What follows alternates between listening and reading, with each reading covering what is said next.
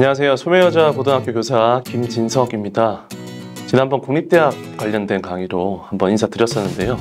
오늘은 2022학년도 대입 수시 전형과 관련해서 제가 몇 가지 지원 전략에 대해서 말씀드리고자 합니다.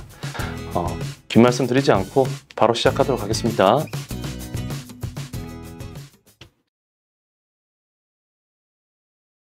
자, 우선 입시 환경에서 가장 중요한 기본 일정부터 살펴보도록 하겠습니다. 올해 수시 원서 접수는 9월 10일부터 14일 화요일까지 중 대학들은 3일 이상을 설정하게 되는데요. 사실 서울대가 9월 12일 마감이고 고대, 명지대, 성균관대, 연세대, 경희대, 서강대 등의 대학이 9월 13일 월요일 마감입니다. 그리고 대다수의 대학들이 화요일날 마감하게 되는데요. 주말까지 아마 끝없는 고민을 하지 않으실까 싶습니다. 미리미리 상담을 좀 하셔서 담임선생님과 협의를 통해서 수시 지원 전략을 세우는 게 중요할 것 같고요.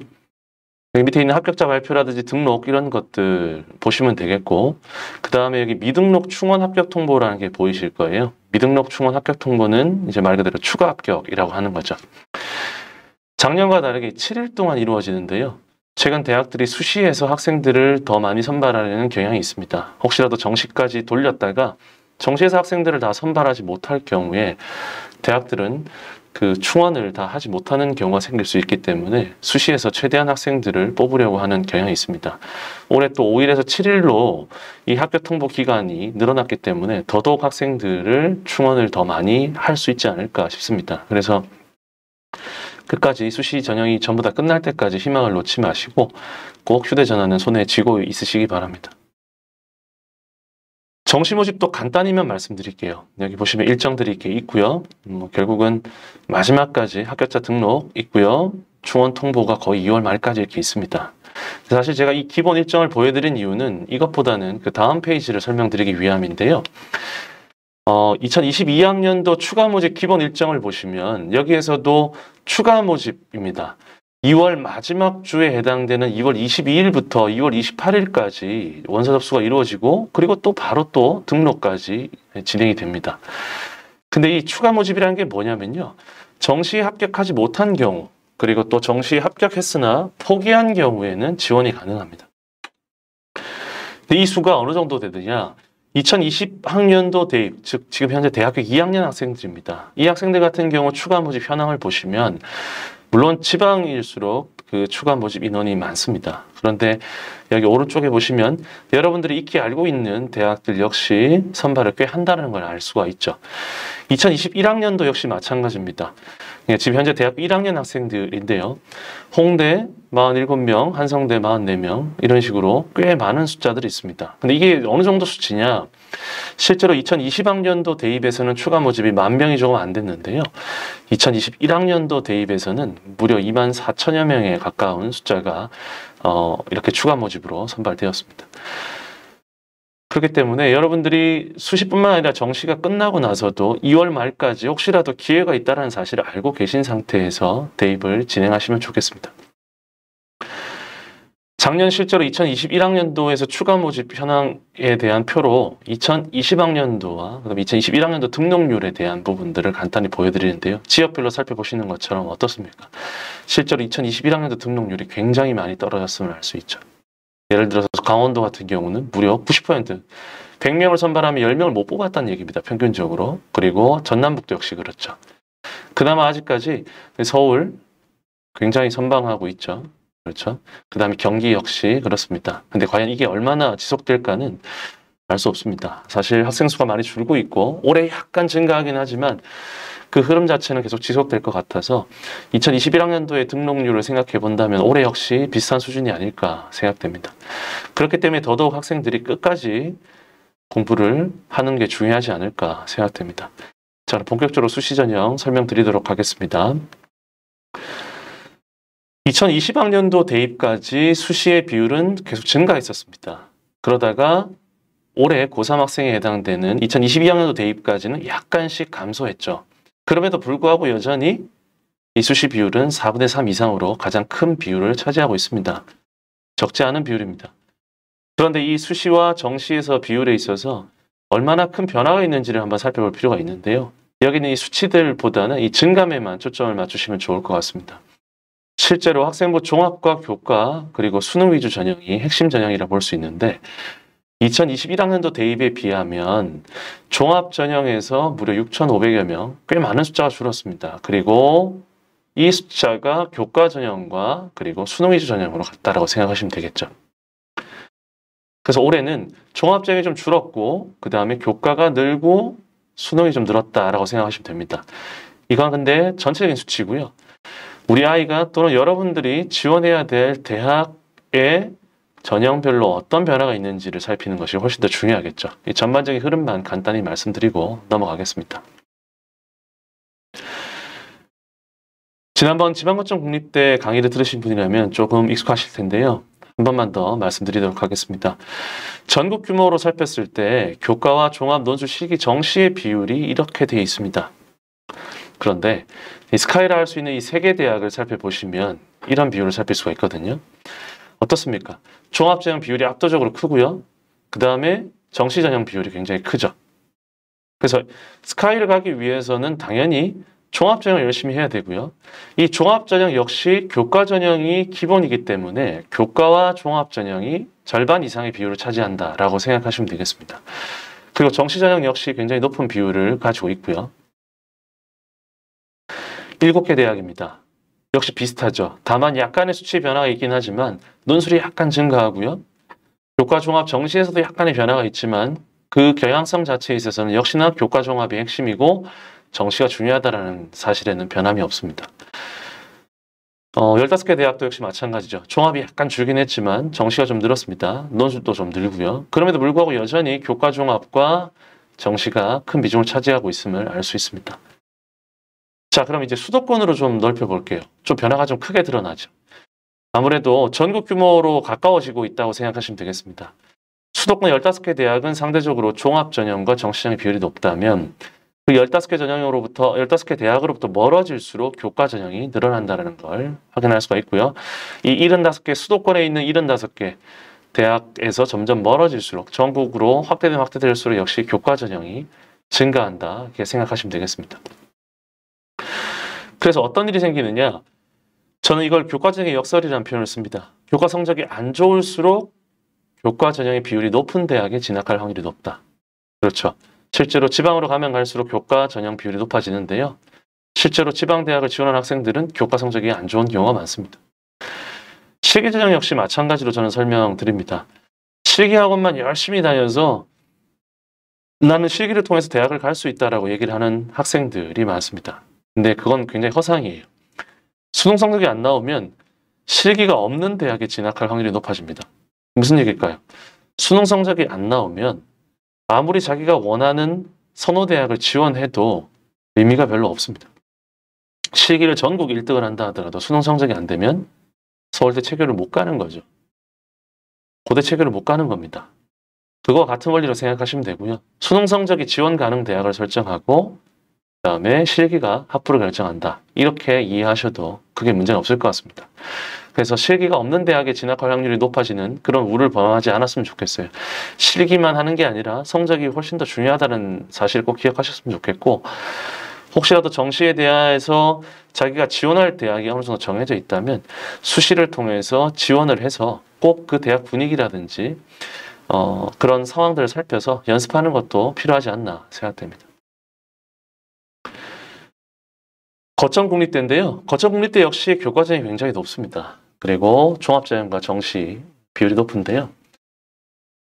지방거천국립대는 교과 전형이 높지만 이 교과 전형에 수능 최저가 합해져 있는 경우가 많고요. 그리고 또 정시 전형이 함께 중심이 됩니다. 그러다 보니까 이 수능 최저가 꽤 높은 경우가 많아서 세계합 높은 데는 세계합 8부터요. 세계합 13 정도까지 많이 분포가 돼 있는데 그런 대학들 같은 경우는 최저를 맞추기만 하면 합격할 가능성이 굉장히 높아집니다. 4점대도 가능성이 굉장히 높기 때문에 수능 최저 끝까지 게을리하지 않으시면 좋은 결과가 있을 수 있을 거라 생각합니다. 교대 같은 경우는 보시는 것처럼 교과가 약간 뽑고요. 그 다음에 종합과 정시가 핵심이라는 걸 알 수 있죠. 논술과 시기는 없습니다. 교과 전형은 서울교대와 제주대 초등교육, 이화여대 초등교육에서 아주 약간을 뽑고요. 사실 2021학년도 대입, 그러니까 올해 대학교 1학년 학생들 대입에서 정시 전형에서 매우 낮은 성적이 출현했습니다. 대구교대라고 굳이 말씀드릴 텐데요. 대구교대 같은 경우는 실제로 100분위가 80 정도 선에서도 정시 합격자가 나왔습니다. 근데 그거는 다들 사람들이 알고 있기 때문이죠. 여기 연간 출생아 추이 및 인구 자연 증가의 그래프인데요. 여기 보시는 것처럼 출생아 숫자 자체가 굉장히 많이 줄어들었고 실제로 2019년과 2020년 이제 30만이 안 되는 수의 아이들이 태어나고 있습니다. 이 아이들이 4년, 5년 후면 초등학교 입학하죠. 지금 그렇기 때문에 우리 아이들이 교대를 진학한 다음에 졸업할 때쯤 되면 이 아이들을 만나게 되는 겁니다. 그래서 더더욱 초등교사를 선발하는 비율 자체가 굉장히 줄어들게 될 가능성이 높고 그러다 보니 아이들이 실제로 교대를 가더라도 그 우수한 아이들이 교대를 가더라도 실제로 초등학교 선생님 되기가 굉장히 어려워진 상황입니다. 이 부분들까지 고려를 하셔서 신중하게 지원하셨으면 좋겠습니다. 지금까지 보여드렸던 이 전국 그리고 7개, 15개, 75개 그리고 교대와 지방거점 국립대 비율들을 함께 보여드립니다. 어떠세요? 학생들이 실제로 지원해야 될 대학군 그리고 지원해야 될 어떤 전형을 한번 생각해 보셨으면 좋겠습니다. 영상을 잠시 멈추고 생각해 보셔도 좋겠죠. 자, 재학생에겐 결국은 뭐냐? 교과와 학종이 여전히 필수입니다. 그런데 정시 확대를 우리가 무시할 수가 없는 거죠.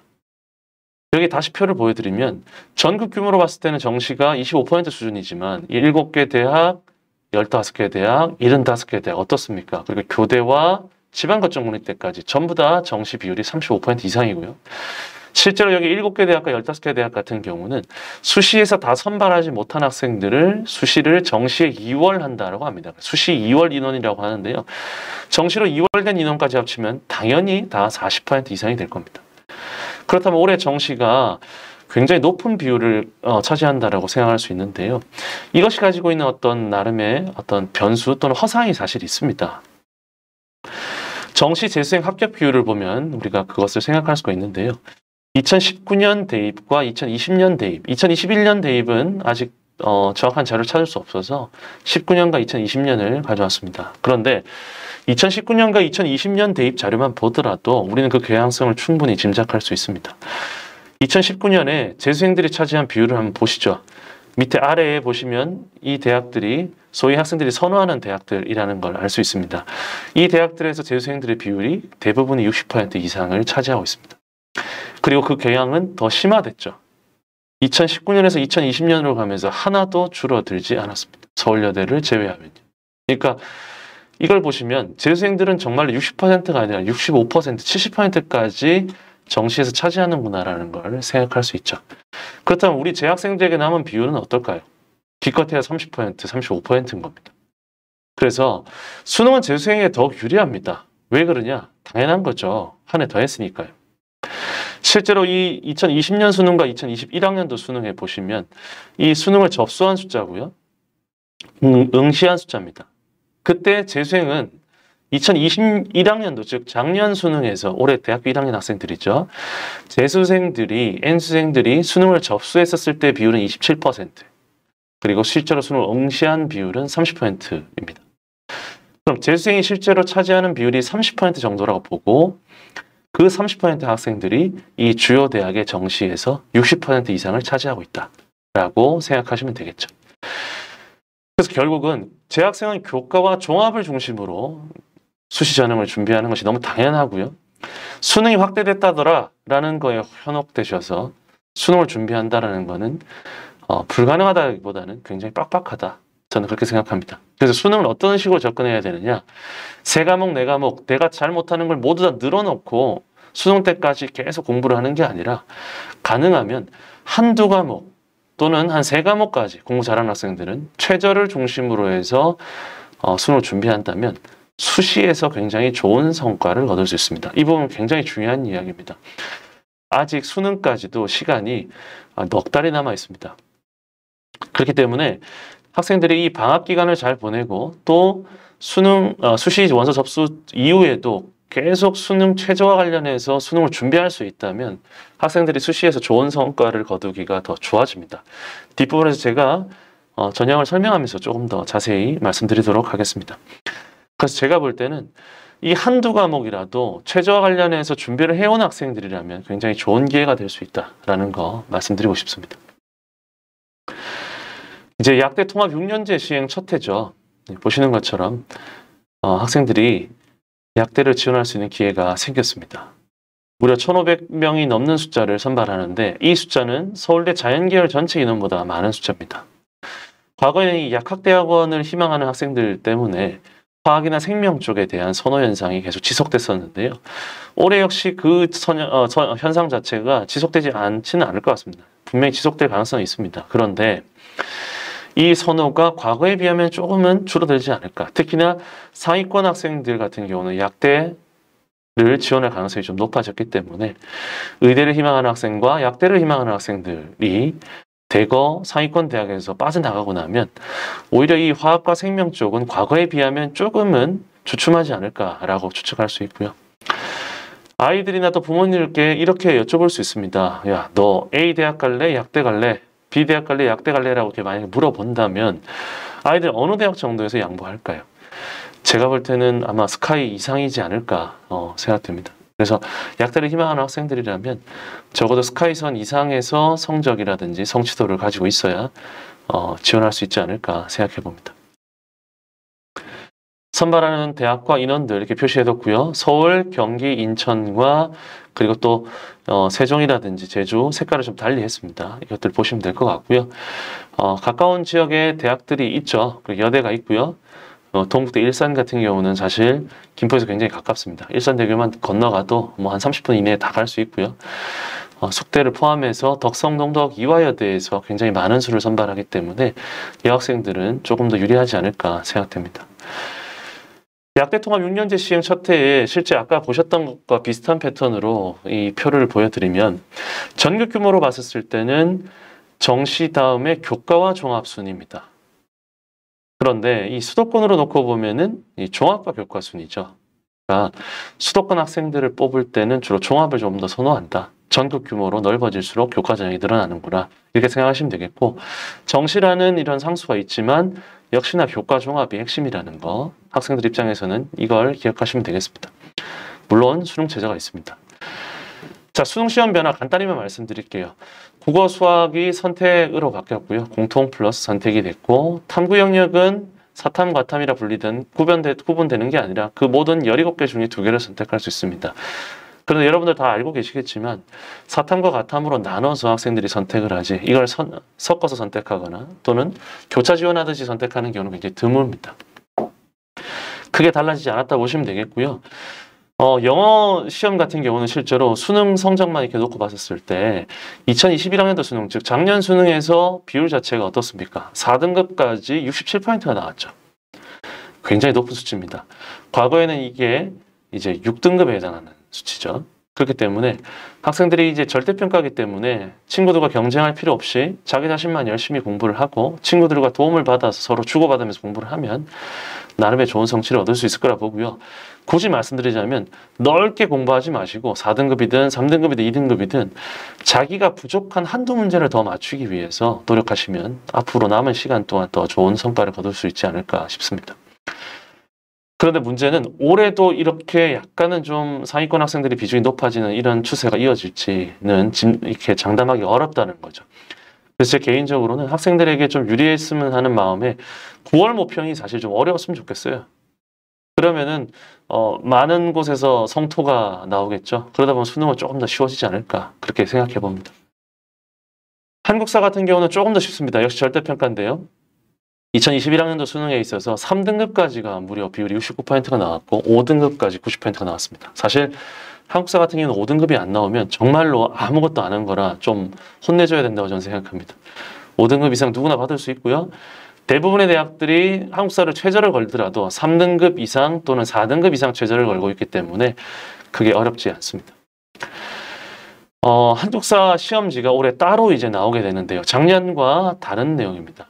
사실 뭐 크게 달라진 건 아니고요. 한국사 문제지와 답안지가 따로 나가게 된다는 거. 이미 학생들이 모의고사를 통해서 다 접하고 있고 이미 다 경험을 해봤을 텐데요. 사실 제가 굳이 이걸 말씀드리는 이유가 뭐냐면요. 학생들이 시험 치르는 방법 자체도 좀 숙지를 해야 되는데 이 부분을 놓치는 경우가 많은 것 같습니다.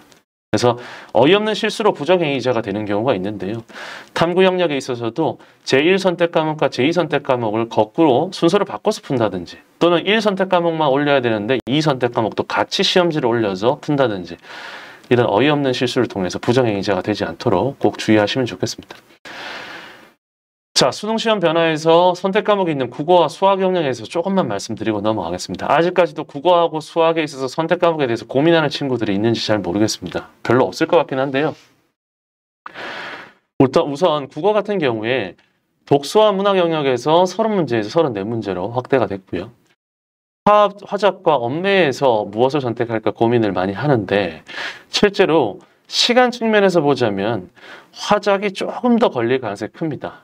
언매 같은 경우는 문법으로 딱딱 떨어지는 경향이 좀 강하기 때문에 상대적으로 그렇습니다. 시간을 자신이 언매, 특히 언어 부분에 있어서 문법 부분을 조금 더 명확하게 공부를 잘하는 학생이라면 시간을 언매에서는 조금 절약할 가능성이 있거든요. 근데 학생들이 체감하는 난이도 측면에서 보자면 이 언어와 매체 부분을 훨씬 더 어려워합니다.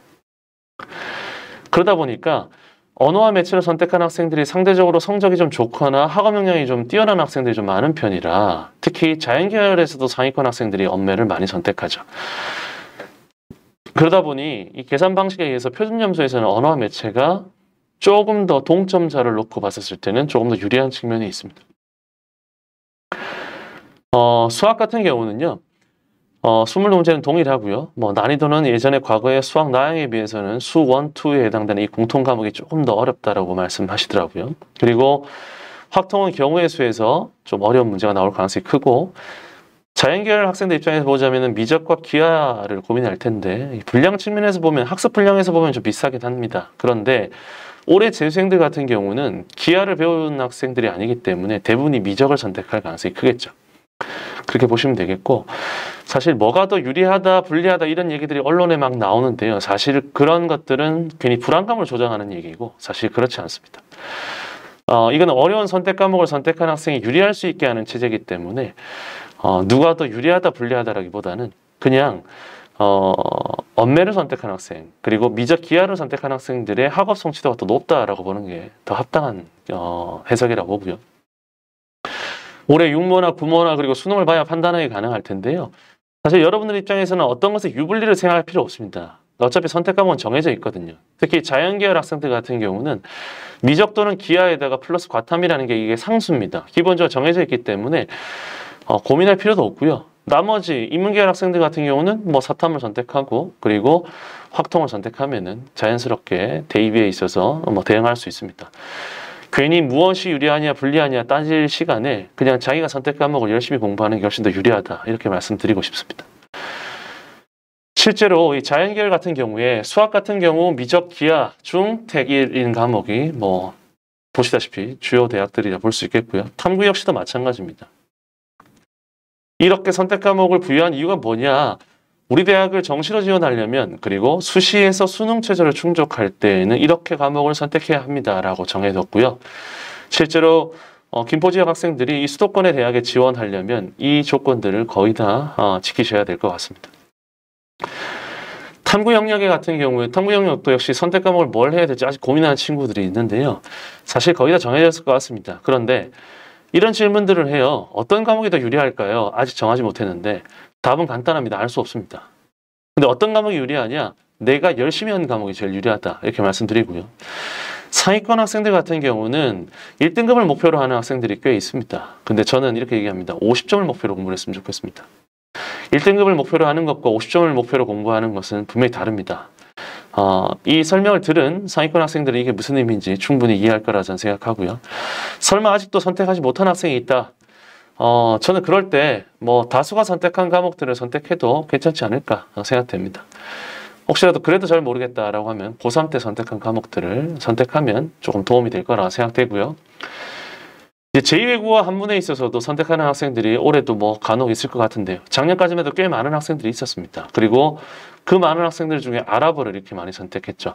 왜 그러냐? 상대평가였거든요. 즉 상대평가이기 때문에 내가 다른 친구들보다 한두 개만 더 잘 찍어도 실제로 굉장히 높은 등급이 나오기도 했습니다. 제2외국어는 이제 절대평가로 바뀌었기 때문에 학생들이 실제로 이걸 공부를 열심히 하고 잘하는 학생이 아니면 좋은 성과를 거두기가 어렵고요. 게다가 중요한 건 이 탐구로 대체하는 대학이 감소했기 때문에 신청자 수가 대폭 축소될 것 같습니다. 그 대표적인 대학이 성균관 대학이 있는데요. 성대는 사탐에서 안 좋은 성적을 제2외국어의 좋은 성적으로 바꿀 수 있습니다. 그렇기 때문에 제2외국어가 그냥 자신 있는 학생은 써도 된다. 이 정도로만 이해하시고 제2외국어를 선택해야 될지에 대해서는 크게 고민하지 않으셔도 될 것 같습니다. 자, 지금까지 전반적인 부분들을 살펴봤고요. 이제는 이제 올해 수시와 관련된 전형을 각각 나눠서 그 각각에 대해서 살펴보도록 하겠습니다. 먼저 논술 전형입니다. 여기 보시는 것처럼 학생들이 굉장히 넓은 공간에서 이렇게 시험을 보고 있죠. 강의실에서도 보고요. 워낙 지원자가 많기 때문에 이렇게 체육관을 이렇게 시험 고사장으로 바꿔서 시험 보는 대학들도 있습니다. 단국대 시험 장면이고요. 실제로 논술 전형을 할 때 가장 중요한 포인트는 두 가지입니다. 글을 잘 쓴다라는 부분, 그리고 수능 최저가 자신 있어야 된다는 겁니다. 그래서 글은 인문계열의 글을 얘기하는 것만은 아니고요. 인문계열 학생들이라면은 기본적으로 요약 정리하는 능력이 굉장히 중요합니다. 과거처럼 아주 옛날처럼 이 자신의 어떤 생각을 창의적인 생각 또는 독창적인 생각을 투입해서 무언가 논술을 한다. 이런 시대는 좀 지났고요. 이제는 거의 대부분의 대학들이 주어진 제시문 내에서 핵심적인 내용을 파악해서 자신의 말로 풀어낼 수 있는지 아닌지에 대한 여부를 살피는 경우가 많고 실제로 그래서 논술이 정답이 있는 논술이 대부분입니다. 자연계열 학생들 역시 마찬가지로 수학과 과학에 있어서 역량이 뛰어나고 증명에 대한 능력 이런 것들이 뛰어난 학생들이 굉장히 유리한 측면이 있고요. 그렇기 때문에 더더욱 기본기에 충실하고 학교 생활을 충실히 했다면 논술 역시 그렇게 크게 어렵지 않게 크게 준비하지 않아도 대학에서 제공한 자료만 잘 살피더라도 준비할 수 있는 대학이 70~80% 이상은 됩니다. 그리고 아까도 초반에도 말씀드렸던 것처럼 수능 최저가 굉장히 중요한데요.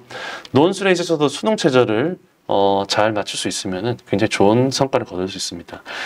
다시 한번 보여드리면 이 장면에서 어색한 부분이 느껴지시지 않나요, 혹시? 시험장에 학생들이 없죠. 2명 다 앉아있는 자리가 굉장히 드뭅니다. 여기 보이시죠? 2명 다 앉아있는 자리가 굉장히 드물어요. 왜 그럴까요? 둘 다 비어있는 자리도 많이 보이시죠? 이 단대 같은 경우는 수능 이후에 실시하는데 학생들이 이미 수시에서 다른 대학에 붙었다면 좋겠지만 수능 최저를 못 맞췄거나 또는 이런저런 이유로 미응시하는 학생들이 거의 3분의 1 정도 됩니다. 그렇기 때문에 이 논술 전형의 경쟁률 자체에 너무 위축되지 마시고 자기가 충실히 몇 개 대학을 준비했다면 지원해서 충분히 좋은 성적을 얻을 수 있다고 생각합니다. 그때 중요한 포인트가 바로 수능 최저학력 기준입니다. 2022학년도 대입 논술에서 대학 수는 오히려 증가했습니다. 3개 대학이 증가했죠. 모집 인원은 줄고 있지만 오히려 3개 대학이 증가했습니다. 가천대와 고대세종, 수원대가 신설을 했는데요. 이 세 대학의 공통점은 작년까지 적성 전형을 실시했던 대학이라는 겁니다. 그렇기 때문에 이 대학들은 사실은 논술로 편입이 되면서 들어오면서 그 전형에 있어서 논술 난이도 자체가 그렇게 높지 않습니다. 조만간에 가천대나 고대세종 그리고 수원대 역시 모의고사는 이미 치른 고등학교들이 많고요. 그리고 대학 홈페이지를 통해서도 이 모의고사에 대한 어떤 내용들을 공지하고 있기 때문에 또는 공지할 예정이기 때문에 그런 것들을 잘 살피시면 충분히 지원하는데 도움을 받을 수 있을 것 같습니다. 저는 이렇게 생각합니다. 학교 서술형 평가 시험보다 조금 어려운 수준이다. 조금 더 엄밀하게 꼼꼼하게 내가 이걸 할 수 있는 학생이라면 충분히 도전할 수 있다라고 생각합니다. 논술 전형 실시 대학입니다. 보시는 것처럼 서울, 인천, 경기가 주된 대학들이죠. 그리고 여기 보시는 것처럼 대부분의 대학들이 여러분들이 희망하는 대학들이 많을 겁니다. 여기는 가톨릭대 의예간호와 경기대 서울, 그리고 중대 안성과 외대 글로벌, 한양대 리카, 연대 미래캠퍼스, 연대 원주가 아니라 미래캠퍼스로 작년에 명칭이 바뀌었죠. 이름이 바뀌었죠. 이 대학들은 이제 캠퍼스인 대학들이죠. 가톨릭대는 부천에 있는데 서울에 캠퍼스가 있고요. 경기대는 수원에 있습니다. 서울에 또 캠퍼스가 있죠. 그리고 가천대와 수원대와 고대세종이 올해 신설됐습니다. 나머지 대학들은 논술을 쭉 실시했던 대학들이고요. 그리고 논술 전형이라는 게 뭐냐? 우리 수도권 대학 중심 전형입니다. 그리고 세 대학이 신설됐고 경기대에는 인문만 실시하고요. 그리고 서울과학기술대와 서울시립대 그리고 울산대 의예과는 자연만 실시하는 대학입니다. 논술전형 실시 대학을 뭐 다른 부분은 다 차치하더라도 이 전형 요소만 놓고 봤을 때 보시면 논술 100%로 실시하는 대학이 있고 학생부가 10%, 20%, 30%, 40% 반영 대학이 있습니다. 그런데 사실 여기 있는 학생부 10에서 40% 반영이라는 것 자체는 다 우리 눈으로 보는 것처럼 그런 반영이 아닙니다. 아마 실질 반영 비율이라는 표현을 들어보셨을 텐데요. 실제로 학생들에게 반영되는 이 학생부의 비율을 살펴보면 이 대학들은 그렇게 크게 차이가 나지 않습니다. 그래서 학생부 영향력이 가장 큰 대학이 어떤 대학이냐라고 물어보면 지금 전통적으로 홍대, 광운대, 이대 정도가 학생부 반영 비율이 높아서 이 대학들을 지원할 때는 내신 성적이 좋은 학생들이 지원하는 게 괜찮습니다. 근데 그 이유가 뭐냐? 사실 이대 같은 경우만 해도 논술 전형 자체가 그렇게 대학 수준에 비하면 많이 어렵지 않습니다. 그 얘기는 뭐냐? 논술을 통해서는 변별이 크게 일어나지 않다 보니까 오히려 학생부에서 변별이 일어나는 희한한 일이 벌어지는 거죠. 사실 광운대도 그랬고요. 홍대는 사실 학생부를 40%나 반영했었습니다. 근데 이제 10%로 반영 비율이 바뀌었죠. 그래서 제가 볼 때는 올해 홍대는 학생부 반영 비율이 좀 줄지 않을까 싶고요. 광운대는 사실 작년, 재작년부터 논술의 난이도가 좀 높아지고 있습니다. 그렇기 때문에 이 광운대 역시 학생부 반영 비율이 좀 낮아지지 않을까, 상대적으로. 그렇다면 2대 정도가 전 남았다고 보는데요. 올해 어떤 경향을 보일지는 모르겠지만 그래도 이화여대를 지원하기 위해서는 학생부가 그렇게 뭐 4등급, 5등급 되는 친구들은 지원이 좀 어렵지 않을까 싶고요. 나머지 대학들은 사실은 4등급 때까지 지원하는데 학생부에서는 큰 부담이 없습니다. 논술에서 약간만 더 잘 보면요. 충분히 극복 가능한 거기 때문에 나머지 대학들은 내신 성적을 4점대라도 충분히 쓸 수 있구나 정도로만 이해하시면 되겠고요. 여기 색깔 표시를 이해하셨나요 혹시? 서울이고요. 경기죠. 노란색 계열 경기입니다. 그리고 초록색 계열은 그 이외이고요. 이 밑줄 친 대학들이 수능 최저가 없는 대학들입니다. 물론 최종적으로 요강을 좀 살피셔야 되겠고요. 그다음에 경기대, 단대, 수원외대까지 이렇게 보실 수 있습니다. 논술전형에서 또 중요한 포인트가 아까 말씀드렸던 것처럼 수능 최저입니다. 인문, 자연 나눠서 이렇게 표시를 해뒀는데요. 사실 살피실 때 이 사탐, 과탐이 구분이 제대로 되어 있는지를 살펴보시면 되겠고요. 인문 계열 학생들은 뭐 사탐을 응시를 했든 과탐을 응시를 했든 상관없이 인문 계열은 거의 대부분의 대학이 지원할 수 있게 되어 있습니다. 그런데 자연 계열은 반드시 과탐을 응시를 하고 그리고 수학에서도 미적이나 기하를 응시해야 된다라고 설정해둔 대학들이 많기 때문에 그 부분 잘 살피셔야 되겠고요. 여기 이 가천대에도 보시는 것처럼 탐1이라고 이게 표시되어 있는 부분 보이시죠? 이 탐1은 탐구를 한 과목만 반영한다는 이야기입니다. 그리고 한국사가 반영되는 대학들이 조금씩 있는데요. 그 대학들 역시 살피셔야 되겠고 아까도 얼핏 말씀드렸던 것처럼 제2외국어가 대체가 되는 대학, 성균관대가 있습니다. 논술 전형에서 굉장히 중요한 의미를 가지는 것 중에 하나가 바로 경쟁률입니다. 저는 이게 2020년과 2021학년도 대입에서 각 대학별로 최고 경쟁률 학과들만 이렇게 모아봤는데요. 2020년에 가톨릭대는 의예과가 강한 경쟁률이 높았습니다. 2021학년도에도 의예과가 가장 높았네요. 변화가 없죠. 건대는 수의예과입니다. 근데 변화가 있는 대학들은 제가 색깔을 좀 칠해봤습니다. 경기대 경찰행정학과였는데 미디어 영상으로 바뀌었고요. 광운대는 미디어 커뮤니케이션 학과였는데 전자공학과로 바뀌었습니다. 제가 왜 논술에서는 경쟁률이 중요하다고 말씀드리냐면요. 사실 이 경향을 보면 최고는 언제나 의치한 쪽이거든요. 그런데 인문에서는 미디어 쪽이 굉장히 인기가 높았고 자연에서는 화공과 생명의 인기가 높았습니다. 그런데 이 경향이 2021학년도가 되면서 컴퓨터 쪽으로 뭔가 좀 바뀐 것 같아요. 컴퓨터의 범위를 좀 넓혀볼게요. 전자공학, 컴퓨터공학 보이시죠? 그 다음에 반도체 시스템, 아래 보시면 컴퓨터공학부, 소프트웨어도 역시 넓게 보면 그렇게 볼 수 있을 것 같습니다. 이게 무슨 얘기냐? 작년에 코로나 그리고 4차 산업혁명에 대한 이슈가 굉장히 높았죠. 그러다 보니까 이 컴퓨터에 대한 관심이 높아지는 겁니다. 논술의 경쟁률이 왜 중요하냐? 논술의 경쟁률을 보면 세상의 트렌드를 볼 수가 있고요. 그리고 무엇보다 논술 경쟁률이 높은 학과는 교과나 종합에서도 역시 경쟁률이 높을 가능성이 높습니다. 그렇기 때문에 올해 대입을 진행하면서도 사실 학생들이 막판에 경쟁률이 쏠리는 건 사실입니다. 그럼에도 불구하고 논술 전형의 경우에는 원래 경쟁률이 높기 때문에 막판까지 가지 않더라도 어떤 과가 경쟁률이 높은지를 논술 전형을 통해서 살핀다면 교과나 종합전형 지원하는 데도 약간의 힌트가 될 수 있지 않을까 싶습니다. 그래서 지금 만약에 하실 수 있다면 작년 또는 재작년의 논술 전형에 대한 경쟁률들을 좀 살펴보시면 좋겠고, 그리고 올해 수시 전형 기간 동안에도 논술 전형의 경쟁률은 미리 좀 살펴서 이게 하나의 지표가 될 수 있다는 생각을 해보셔도 좋을 것 같습니다. 자, 논술 전형과 관련해서 마지막 정리를 하고 넘어가겠습니다. 지원 전략이라고 볼 수 있는데요. 지원 가능 학생 폭이 좀 확대됐다, 상대적으로. 어쨌든 5등급 때까지, 제가 아까는 4등급 때라고 말씀드렸지만 사실 5등급 때까지 쓸 수는 있습니다. 근데 대부분 합격자를 보면 5.0을 기준으로 해서 그 안에 들어가는 학생들이 대부분이고요. 사실 5등급 때까지 쓸 수는 있는 대학들이 대부분이긴 하지만 사실 그렇게 쉽지는 않습니다. 인문은 국어나 사회에 강점이 있는 학생이면 좋겠고요. 어떤 글이 됐든 요약 정리하고 자신의 생각을 넣어서 또는 자신의 말로 바꿔서 설명할 수 있는 학생이라면 충분히 중위권 대학까지 논술 지원할 수 있다고 저는 생각합니다. 자연계열은 수학과 과학이 전제가 돼야 되는데요. 보통 논술하면 그냥 아무 생각과 고민 없이 그냥 학원 가봐야지, 학원에서 뭔가 도움을 얻어야지 라고 생각하는 경우들이 많습니다. 그래서 사실 그렇지가 않고요. 자연계열 학생들 같은 경우는 수학과 과학이 반드시 전제가 돼야 됩니다. 이게 전제가 되지 않고 논술학원을 간다 또는 논술을 준비한다, 결국 다시 수학과 과학을 공부해야 됩니다. 대학별로 유형의 차이가 있기 때문에 그걸 반드시 파악하고 지원 대학을 결정해야 됩니다. 이 표현이 필요한 이유는 뭐냐면요. 대부분의 학생들이 나는 성적이 이 정도 되니까 뭐 A 대학 이상으로 쓸래. 나는 뭐 성적이 안 되니까 이 대학은 안 되겠지. 보통 그렇게 판단을 많이 하거든요. 근데 그게 아니고요. 아까 말씀드렸던 것처럼 내신이 4등급 때까지는 논술을 지원하는데 큰 문제가 없습니다. 중요한 건 이제 수능 최저거든요. 근데 대학을 결정할 때는 어떤 게 중요하냐.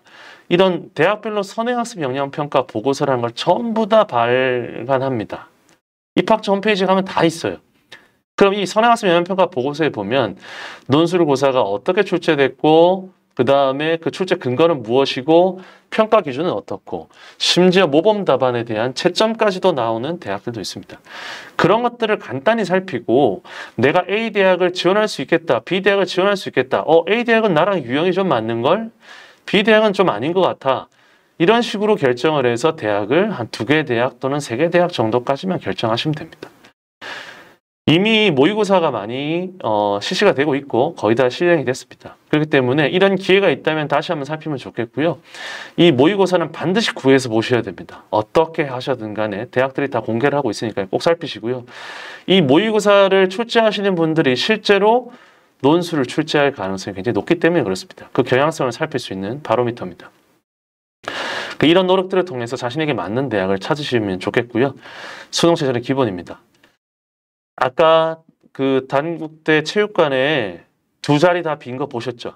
최저를 충족하면 실제로 이런저런 이유로 빠져가는 학생들과 최저를 못 맞춘 학생들을 빼고 나면 3분의 1까지는 좀 오버할지 모르겠지만 절반 이상은 이미 탈락입니다.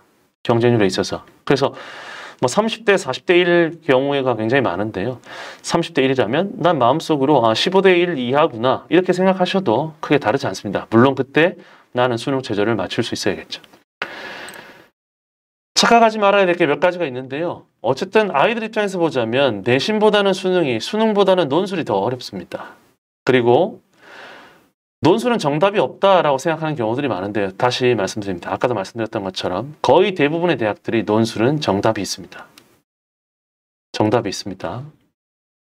수능 최저를 판단할 때 모의고사 성적이면 곧 수능 성적이지 라고 생각하는 경우들이 있는데요. 적어도 6월 모의평가 또는 9월 모의평가에서 좋은 성적이 나왔다면 수능에서도 괜찮은 성적을 기대해 볼 수는 있습니다. 그런데 보수적으로 접근하셨으면 좋겠고요.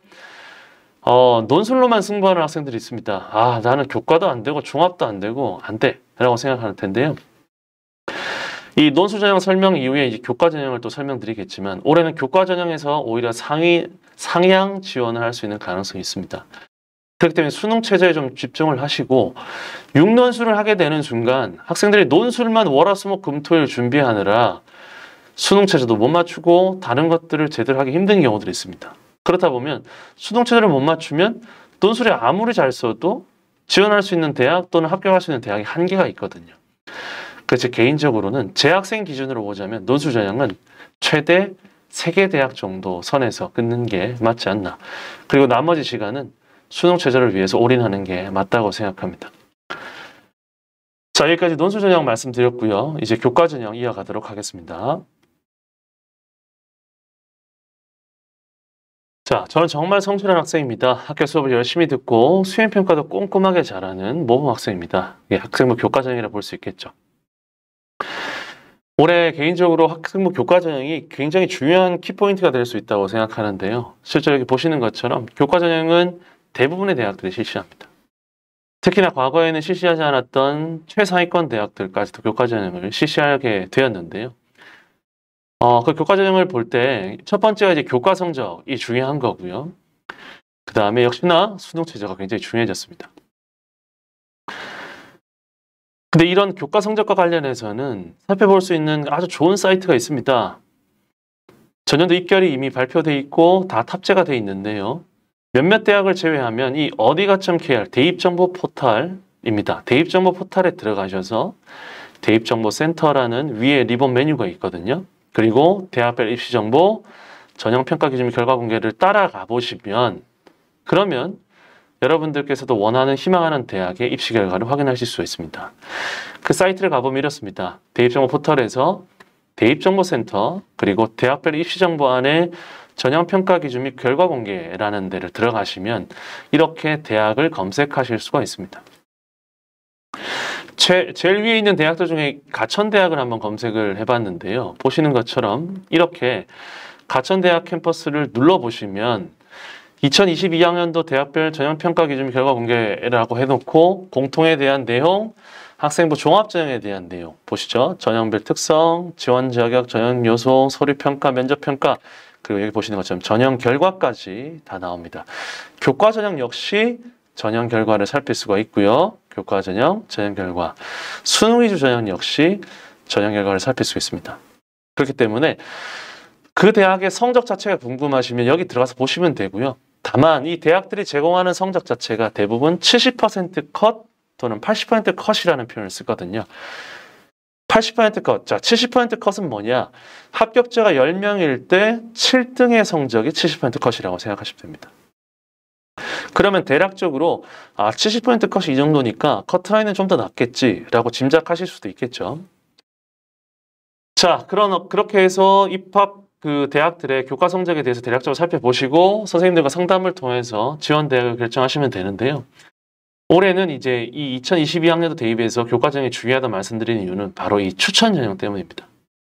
원래 정식 명칭은 지역균형 선발 전형이고요. 이 지역균형 선발이라는 이 항목 하에 대부분의 대학들이 학교장 추천 전형이라는 이름으로 이 전형을 실시하고 있습니다. 이 학교장 추천 전형이 수도권 43개 대학에서 46개 전형으로 실시하고 있는데 올해 2022학년도 대입에서 이 인원수를 제한하는 대학, 즉 추천 인원을 제한하는 대학입니다. 예를 들어서 강남대를 한번 볼게요. 강남대 같은 경우는 추천 제한 인원이 10명입니다. 이렇게 제한이 있는 대학이 26개 대학이 있고 최소 250건 이상 추천이 가능하다. 이 표현이 무슨 표현이냐면요. 학생 수가 250명인 학교가 있습니다. 고3 학생 수가. 고3 학생 수가 250명인 학교에서 추천 인원이 제한이 있는 대학들에만 추천할 수 있는 인원이 250건 이상이라는 거예요. 굉장히 많은 숫자죠. 우리가 보통 추천 전형이라고 하면 굉장히 제한된 인원의 소수의 학생들만 추천 인원이 될 수 있다고 생각하시는데요. 올해는 그렇지 않습니다. 굉장히 많은 학생들이 자격 조건만 갖추면 추천 대상이 될 수 있기 때문에 굉장히 많은 추천이 가능하다. 제한된 대학만 해도 이렇게 많은데 무제한인 대학까지 합치면은 사실은 내가 어떤 자격 조건만 갖추면 굉장히 많은 추천을 받을 수 있다라고 생각하시면 되겠고요. 이런 추천 전형에서는 지원 가능 고교 유형이라는 게 있습니다. 고교 유형이라는 게 좀 어색하실지 모르겠는데요. 보통 일반고, 자사고, 특목고 이런 것들을 고교 유형이라고 할 수 있는데 지원 가능 고교 유형이 대부분의 대학에서 일반고와 자사고 그리고 특목고를 전부 다 지원 가능하게 해두고 있습니다. 그런데 특목고까지 지원을 한다 하더라도 결국은 이 지원 가능 고교 유형은 일반고와 자사고가 더 많이 차지할 가능성이 높습니다. 왜냐하면 저는 이걸 추천 전형은 누구 거냐라고 이렇게 제목을 붙여서 한번 말씀드려 볼게요. 최선호 대학입니다. 예를 들어 스카이 또는 뭐 서강대, 성균관대, 한양대 이런 대학들, 그 대학들을 지원하려면 교과 성적이 굉장히 좋아야겠죠. 서울대는 물론 지역균형 선발이라고 해서 전교 1등에 해당되는 입문자연 1명 정도씩을 보통 추천하고 한 학교당 2명 정도 추천합니다. 연대 1단계가 교과 전형이고요. 고대 같은 경우도 여기 보시는 것처럼 교과가 80%입니다.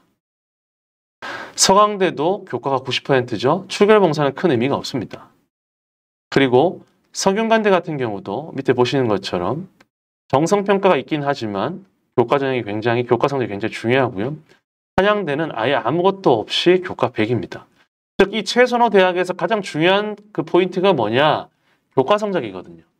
그런데 아까 말씀드렸던 것처럼 지원 가능 고교 중에 일반고, 자사고, 특목고 있었을 때 자사고, 특목고 학생들이 이 최선호 대학에서 1단계를 통과하거나 교과 성적이 좋을 정도로 되는 경우가 굉장히 많지가 않다라는 거죠. 그렇기 때문에 최선호 대학에서 유리한 건 누구냐? 일반고 학생들, 일반고에서 최상위 학생들이 굉장히 유리합니다. 그리고 중위권 대학은 어떨까요? 이 중위권 대학에서는 일반적으로 자사고 학생들이 조금 지원을 하긴 하지만 특목고 학생들은 거의 지원하지 않습니다. 왜냐? 자기 성에 차지 않는 거죠. 그러다 보니까 일반고 학생들이 또 중심이 되고 자사고 학생들 정도가 조금 들어오는 경우가 있게 되겠죠. 역시나 일반고 중심 대학이 되겠죠. 수도권 외곽, 중하위권 대학과 수도권 외곽 대학은 어떻습니까? 당연히 자사고 특목고 학생들이 지원하지 않습니다. 역시나 일반고 학생들 거고요. 게다가 이 수도권 외곽 대학들로 가면 갈수록 중하위권 대학으로 가면 갈수록 지방 학생들이 또 쓰지 않습니다. 그렇기 때문에 이 수도권 외곽 대학들 그리고 특히 중하위권 대학 이하로 가면 갈수록 이거는 일반고 중심 전형임과 동시에 우리 수도권 학생들 중심 전형이 되는 거예요. 즉 김포에 사는 친구들 입장에서 보자면 이 수도권 중하위권부터 시작해서 수도권 외곽 대학 같은 경우는 적극적으로 지원하면 성적이 좀 떨어지더라도 적극적으로 지원하면 좋은 성취를 얻을 수 있을 거라고 봅니다. 정리하자면 이렇습니다. 결국 추천 전형은 일반고 전형이고요. 수능 최저가 굉장히 그래서 중요합니다. 아까도 계속 말씀드렸지만 수능 최저가 굉장히 중요합니다. 어느 정도로 중요하냐? 수능 최저가 되는 학생이다. 그러면 생각보다 상향하고 도전해서 지원할 수 있습니다. 그런데 수능 최저가 안 된다면 아무래도 하향 안정, 작년과 유사한 패턴으로 갈 수밖에 없습니다. 교과 전형이라는 게 보통 6개 지원을 할 때 그중에서 제일 아래 안전판 역할을 많이 하거든요. 그러다 보니까 하향 안정으로서 교과 전형을 2개 또는 3개 정도 쓰는 경우가 굉장히 많습니다. 그런데 수능 최저가 된다? 그럼 상향 도전을 할 수 있는 여지가 있거든요. 그래서 이 2개가 어떻게 갈라지느냐? 인문 내신 성적 2.5를 기준으로 한번 설명드려 볼게요. 인문 내신 성적 2.5면 어느 대학을 지원할 수 있는가? 학생들은 어느 정도 대학을 생각하는가? 한번 잠시 생각해 볼까요? 실제로 최저가 된다. 내가 만약에 세계합 5가 되는 인문계열 학생이다. 그럼 고대를 과감하게 지원해 볼 수 있습니다. 그리고 이게 가능성이 희박하다가 아니고요. 가능성이 있는 과가 꽤 됩니다. 어떤 과가 될지는 사실 장담할 수는 없지만 2.5 내신 안에 든다면 충분히 세계합 5라는 최저를 맞출 수 있으면 지원 가능하고요. 그리고 또 세계합 7이라는 최저가 있죠. 중앙대, 서울시립대, 홍익대 2개합 5인 대학들, 경희대, 건국대, 숙명국민, 인하 등이 있는데 실제로 2개합 5라는 이 최저가 그렇게 높은 거냐 낮은 거냐에 대해 생각이 다를 수 있겠지만 이게 숙명여대나 국민대, 인하대 이 대학들을 생각해보면 내신 성적이 3점대도 충분히 합격할 수 있는 학과들이 꽤 많이 나올 거라고 생각할 수 있습니다. 하향 안정으로 보면 결국 최저가 없는 걸 써야겠죠? 최저가 없는 대학들 쭉 이렇게 모아봤습니다. 보시니까 어떻죠? 내신이 좋아야겠죠. 경인교대, 서울교대, 연대, 이대, 한양대, 동대는 사실 내신 2.5로 쓰기가 쉽지 않습니다. 빨간색은 쉽지 않고요. 그럼 이 내신 2.5인 친구들이 강남대, 대진대, 신한대, 평택대 쓸까요? 쓰지 않죠. 결국 남는 게 뭐냐? 광운대, 덕성여대, 명지대, 세종대, 인천대, 한국외대, 글로벌 정도가 남는 겁니다. 왼쪽과 오른쪽 한번 비교해 보시죠. 수능 체제가 얼마나 중요한지 쉽게 이해하실 수 있을 거라 봅니다. 제가 내신 2.5를 예로 들었지만 이거는 내신 3.5 그리고 심지어 내신 4.5까지도 똑같이 적용이 됩니다. 똑같다라는 건 4.5가 고대를 쓸 수 있다는 게 아니고요. 대학 수준은 조금씩 낮아질 수 있을지 모르겠지만 수능 체제가 되면 생각보다 지원할 수 있는 대학에서도 꽤 상위권을 지원할 수 있다라고 생각하시면 좋겠습니다. 끝까지 그래서 수능을 놓지 마십시오. 이걸 조금 나눠서 살펴보면 지역균형 선발에 관한 이 추천 전형이 인원이 제한이 있는 대학이 있고요. 제한이 없는 대학이 있습니다. 그리고 제한이 있는 대학 역시 수능 체제가 있는 대학과 없는 대학, 무제한 역시 수능 체제가 있는 대학과 없는 대학으로 나눌 수 있는데요. 이걸 조금씩 구체적으로 살펴보면 인원 제한이 있는 대학입니다. 인원 제한이 있는 대학. 여기 보시면 인원 제한이 있죠. 추천 인원이 제한이 있습니다. 제한이 있는 대학에서도 수능 체제가 있는 대학은 17개 대학, 18개 전형입니다. 보이시죠? 18개 전형. 왜? 가톨릭대 2개 전형이 있으니까요. 그럼 이 수능 체제가 있는 이 18개 전형을 보면 보통 어떻게 추천이 되느냐? 고등학교 추천 균형이 이미 다 결정이 되어 있을 겁니다. 내신 성적이 강히 중요하고요. 거기다가 수능 체제가 되냐 안 되냐, 즉 패스페일이죠. 되냐 안 되냐에 따라서 학생들을 선발할 텐데 당연히 이 수능 체제 기준은 6월 모평이나 9월 모평 또는 다른 모의고사까지 다 합쳐서 수능 체제 기준을 학생들에게 적용할 것 같습니다. 그리고 또 재밌는 건 뭐냐? 재학생만 지원 가능한 대학들이 있습니다. 꽤 좋은 대학들이죠. 전부 다 선호하는 대학들입니다. 재수생은 쓸 수 없기 때문에 더더욱 재학생들 중에서 여기 이 대학들의 수능 체제를 충족할 수 있다면 적극적으로 지원하셔야 됩니다. 인원 제한은 있지만 수능 체제가 없는 대학들이 있죠. 몇 개 되진 않습니다. 8개 대학이 있는데요. 가나다 순으로 쭉 적어보면 이렇습니다. 대충 보이시죠? 그럼 여기서 또 제 나름으로는 성적 순으로 한번 나눠볼게요. 아마도 연세대와 경인교대가 성적이 굉장히 높을 것 같고요. 한양대, 이대 굉장히 높습니다. 한양대는 특히나 수능 체제가 없으면서도 교과 100으로만 선발하기 때문에 굉장히 성적이 높고요. 그 다음에 동국대, 세종대, 한국외대, 글로벌, 강남대 약간씩 희미해지고 있습니다. 성적대 대략적으로 짐작해 볼 수가 있고요. 자, 무제한인 대학입니다. 즉 학생이 희망하기만 하면 추천을 무제한으로 할 수 있는 대학들입니다. 추천을 무제한으로 할 수 있는 대학이 19개 대학, 20개 전형이 있죠. 왜? 서울교대가 2개 전형이 있거든요. 자, 여기서도 수능 체제가 있는 대학들이 있습니다. 수능 체제가 있는 11개 대학이 있는데 이 11개 대학 중에 8개 대학은 모든 학과에서 전부에서 수능 체제를 적용하고요. 3개 대학, 일부의 수능 체제를 적용합니다. 보시는 것처럼 가천대는 의대, 한의대, 그 다음에 약대만 수능 체제를 적용하고 을지대는 7개 대학, 보건 쪽입니다. 간호를 포함해서 7개 대학만, 7개 학과만 수능 체제, 그리고 차의과 대학은 약학대학만 수능 체제를 적용하고 있습니다. 근데 이 수능 체제가 굉장히 높죠. 서울교대가 4합 9고요. 2합 4 아주대, 2합 5 건대국민대, 2합 6, 2합 7 이렇게 있습니다. 근데 이걸 보면 우리는 또 이렇게 생각할 수 있습니다. 건대와 국민대가 2합 5인데 아주대가 2합 4예요. 그리고 성신여대나 숭실대, 한양대 이렇게가 2합 6입니다.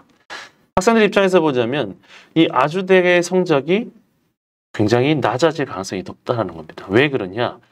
학생들에게 물어보겠습니다. 너 건대 갈래, 아주대 갈래 물어보면 거의 제가 볼 땐 거의 대부분 학생들이, 김포에 있는 대부분 학생들이 건대를 선택할 가능성이 높습니다. 근데 최저는 아주대가 더 높거든요. 그러다 보니까 이 높은 최저 때문에 그걸 충족하지 못해서 성적이 떨어질 가능성이 굉장히 높습니다. 그래서 자연계열은 그나마 조금 나아질 수 있을지 모르겠지만 아주대 인문 같은 경우는 성적이 조금 더 우리가 생각보다 더 낮아질 수 있습니다. 그래서 실제로 아주대 입학사정관과 대화에서도 제가 질의를 하고 답을 얻었지만 아주대에서도 인문계열은 3점대는 충분히 합격할 가능성이 높다. 그리고 심지어 4점대가 나올 가능성이 높다. 이렇게 얘기합니다. 그래서 수능 체제가 중요하다는 거고요. 수능 이후의 면접 대학들이 보이시죠? 가천대라든지 서울교대 학주입니다. 서울교대는 워낙 좋은 성적의 학생들이 지원하기 때문에 논외로 하더라도 가천대는 사실 수능 후 면접이라는 건 뭘 의미하느냐? 일종의 보험이 될 수 있다는 겁니다. 왜 보험이 되느냐? 수능 후의 면접 대학은 여기 보시는 것처럼 1단계에서 교과 100으로 10배수를 거르고요. 수능 후에 40%를 뽑습니다. 이 40% 면접이라는 건 뭐냐면 면접이 굉장히 절대적으로 중요하다는 의미예요. 수능 이후에 보게 되는 이 대학 같은 면접을 보게 되는 대학 같은 경우에는 학생들이 내가 가천되는 정시로도 갈 수 있는 가능성이 높은 학생들 같은 경우는 혹시 모르니까 이 대학을 면접을 여기 두고 내가 수능을 잘 보면 면접 안 가면 되지 뭐 이렇게 생각하는 학생들이 있습니다. 그래서 실제로 응시율 자체가 한 30% 이상은 결실을 하게 됩니다. 그렇게 보면 오히려 역설적으로 나는 가천대를 꼭 가고 싶은데 이 10배수 안에 정도만 들 수 있으면 가능하니까 가천대를 쓰고 나머지 한 30%는 이미 안 오게 되고 그리고 나머지 한 6, 7배수 친구들과 경쟁을 한다라고 생각한다면 꽤 좋은 선택지가 될 수 있고 도전해 볼 만하지 않나 그렇게 생각됩니다. 서울교대의 경우에는 사합구죠. 굉장히 높은 최저입니다. 사합구를 맞추려면 2, 2, 3이 나와야 되겠죠. 그렇죠? 보통. 그럼 2, 3이 나오는 학생들이 과연 얼마나 있느냐? 그리 많지 않습니다. 그래서 서울교대도 제가 생각할 때는 2점 초반까지도 성적이 나올 수 있지 않을까 뭐 예상해 봅니다. 무제한 이제 수능 최저 인원은 제한 추천 인원은 제한이 없지만 최저가 없습니다. 그러면 어떨까요? 제한도 없고 수능 최저도 없으니까 학생들이 마음대로 쓸 수 있겠죠. 그렇죠? 마음대로 쓸 수 있기 때문에 오히려 어떻죠? 교과 성적이 올라갈 가능성이 큽니다. 9개 대학이 이렇게 있고요. 쓰고 싶으면 쓸 수 있는 교과 전형입니다. 그래서 이렇게 저는 개인적으로 생각을 한번 해보고요. 여기서 얘기하는 3후반이라는 건 특정 학과에 가능성이 있다라는 거지 꼭 그렇게 나온다는 게 아닙니다. 실제로 강원대는 지금까지 입시 결과를 보면 대부분이 2점 초반에서 다 끊어졌어요. 제가 볼 때는 많이 떨어진다고 해도 한 2점 중반 정도 전후가 아닐까 싶고요. 2점 중후반 정도까지 볼 수 있을 것 같습니다. 덕선여대, 명지대, 인천대 역시나 2점 후반에서 3점 후반까지도 나오는 학과들이 있지 않을까 싶고요. 대신대나 이런 신한대, 평택대 같은 경우는 우리 아이들이 가냐 안 가냐의 문제가 있죠. 대학들은 충원 의지가 충분합니다. 그러니까 계속 뽑을 거란 말이에요. 학생들이 혹시라도 다른 대학으로 빨려서 들어가면 우리는 충원을 계속해서 2배수, 3배수, 4배수 계속 돌리겠다라고 생각하는 대학들이 많습니다. 왜? 아까도 초반에 말씀드렸던 것처럼 수시에서 대학들이 학생들을 다 선발하려고 하거든요. 그리고 또 문제는 이거죠. 학생들이 내가 갈 의지가 있는가? 김포 학생들이 대진대를 갈 의지가 있는가? 신한대, 평택대, 의정부나 평택을 갈 의지가 있는지 그것이 더 중요하지 않을까 싶습니다. 5 이하의 학과들도 굉장히 많이 나올 거라고 저는 생각합니다. 이것들을 좀 표를 달리해서 성적대를 너무 궁금해하시고 또 어려워하셔서 그냥 이거는 참고로만 보셨으면 좋겠고요. 뭐 이게 정답은 절대로 아닙니다. 절대로 정답은 아니고요. 제가 이 표를 하나씩 설명을 한번 드려보겠습니다. 최저가 3개인 대학이에요. 어떻습니까? 최저를 3개 건 대학들 3개 3등급, 서울대 3개 3등급은 굉장히 낮은 최저죠. 서강대 역시 그렇습니다. 그렇기 때문에 성적이 이 밖으로 나가지 않을 것 같아요. 이해되시죠? 서울대는 종합전형이기 때문에 이 밖으로 나가는 친구들이 간혹 있을 수도 있습니다. 그런데 쉽지 않을 것 같고요. 왜냐 또 추천이 둘밖에 안 되기 때문에 그렇습니다. 고대는 어떻습니까? 4%이긴 하지만 3합 5 또는 6이에요. 인문 5, 자연 6입니다. 이거 보시면 3합 5라는 최저를 맞추다 보니까 워낙 높은 최저다 보니까 이 성적이 이렇게 약간 떨어질 가능성이 있습니다. 근데 위에 연대는 좀 다르죠. 최저가 없죠. 그렇기 때문에 떨어지지 않는 거죠. 최저가 높기 때문에 성적이 떨어질 가능성이 있다는 걸 생각하시면 되겠고 3개 최저를 건 대학들 중에 중대, 시립대, 홍대까지 있는데 홍대는 3합 7이죠. 시립대도 3합 7이고요. 중대도 3합 7입니다. 굉장히 높은 대학들이죠. 그러면 우리 아이들 입장에서 어떻게 될까요? 3개 최저를 설정한 대학들이 이렇게 있는데 서울대와 서강대는 3개 3등급으로 최저를 하향 조정했습니다. 6월 10일에 코로나 때문에 최저를 낮추겠다라고 했고요. 아주 낮은 수준의 최저라 많은 학생들이 최저를 충족할 수 있기 때문에 교과 성적이 굉장히 높을 것 같고요. 홍대는 3합 7 라인에서 가장 성적대가 낮을 가능성이 있습니다. 그렇기 때문에 3점대 성적도 볼 수 있지 않을까 싶습니다. 자, 이제 2개로 바꿔볼게요. 2개 합 5입니다. 2합 5 같은 경우에는 성대, 경희대, 건대, 숙대, 그리고 국민대, 인하대까지 이렇게 있습니다. 여기 보시는 것처럼 2합 5 되는 학생들은 성대부터 인하대까지 쓸 텐데요. 건대는 무제한이기 때문에 정말로 좀 치열하지 않을까 싶습니다. 물론 국민대도 마찬가지겠죠. 자, 그래서 무제한이기 때문에 정말 치열할 것이다. 2합 5를 충족하는 학생들은 굉장히 많이 쓸 텐데요. 지원할 대학들도 많고 그 폭도 굉장히 큽니다. 근데 상대적으로 인하대는 어떨까요? 최저가 있기 때문에 동일한 최저가 있다 하더라도 성대, 경희대, 건대, 숙대, 국민대, 인하대를 놓고 봤었을 때 학생들 입장에서는 국민대 인하대 정도, 숙대 정도까지 고민을 많이 하겠죠. 그렇기 때문에 이 대학들이 성적이 조금 떨어질 가능성이 높다고 생각합니다. 가톨릭대 그리고 한양대 에리카 단대 죽전 같은 경우에 2합 6이죠. 실제로 작년에도 이 2합 6의 성적 최저를 걸고 입시 결과를 제가 살펴봤는데요. 실제로 4점대 학과들이 꽤 많고요. 올해 역시 그 학과들이 있지 않을까, 대부분 있지 않을까 저는 생각합니다. 그리고 심지어 4점대가 아니라 그 이하의 학과들도 간혹 있습니다. 자, 그 다음에 최저가 없는 대학들 이렇게 한번 모아봤습니다. 연대, 한양대, 이대, 동대 이렇게 있는데요. 실제로 연대, 한양대, 이대는 쓸 수 있는 자원이 제한적이에요. 연대 5%라고 하지만 5%를 다 채워서 쓸 수 있는 고등학교가 그렇게 많지 않습니다. 한양대 11%지만 역시 마찬가지로 쓸 수 있는 학교가 많지 않을 것 같고요. 이대 역시 5% 그렇게 많지는 않습니다. 근데 동대는 어떤 고등학교든 꾹꾹 눌러 쓸 수 있는 대학이거든요. 최저가 게다가 없고요. 그렇기 때문에 대부분은 동국대는 7명을 꽉꽉 채워 쓸 겁니다. 그렇게 한번 살펴보면 전체적으로 이게 한번 보겠습니다. 서울대는 전교 1등이 쓰는 겁니다. 인문이든 자연이든. 고대는 최저가 한 건이 되겠죠. 굉장히 최저가 높습니다. 한양대는 원래 전교 1등들이 다 썼는데 최근에는 이제 교과 전형이 확대되면서 전교 1등만이 아니라 다른 친구들도 쓸 가능성이 생겼어요. 그러다 보니까 성적이 전교 1등에서 전교 적어도 한 4, 5등 이상, 4, 5등 그 정도까지는 충분히 내려오지 않을까 싶습니다. 또는 반에서 1등조차도 붙을 수 있는 가능성이 있는 학과들이 생겼고요. 외대 같은 경우에는 내신 반영 방식이 변경됐습니다. 회기라는 표현을 썼는데 돌아갔어요. 보통 내신 반영 방식이라고 하면 등급을 생각하시잖아요. 근데 외대는 그 과목의 원점수가 90점 이상인 학생들도 1등급으로 보겠다라는 내신 반영 방식으로 바뀌었습니다. 왜 회기라고 표현을 썼느냐? 몇 년 전까지는 그렇게 했었거든요. 근데 보통 다른 대학이 하듯이 뭐 국어 2등급, 3등급, 수학 2등급, 3등급 이런 식으로 등급을 하다가 이제 원점수도 포함시키는 방식으로 변경했습니다. 뭐 그렇게 큰 변수가 있을 것 같지는 않지만 성적이 올라갈 가능성은 분명히 있습니다. 건대는 2합 5 라인에서 최저 없는 대학이고요. 그러면은 이 건대와 국민대 같은 경우가 2합 5 라인에서 최저가 없는 대학이기 때문에 굉장히 인기가 높을 것 같고요. 제가 볼 때는 이 동국대가 굉장히 핫할 것 같습니다. 인문자연 각 4명 그리고 7명을 선발하는 데다가 여기 보시다시피 상위권 대학과 중하위권 대학의 중간쯤에서 최저가 또 없다 보니까 굉장히 큰 인기를 끌지 않을까 싶습니다. 게다가 좀 이따가 이제 종합전형에서 말씀드리겠지만 종합전형에서 실제로 수도권에서만 4,000명 정도가 감소하거든요, 올해.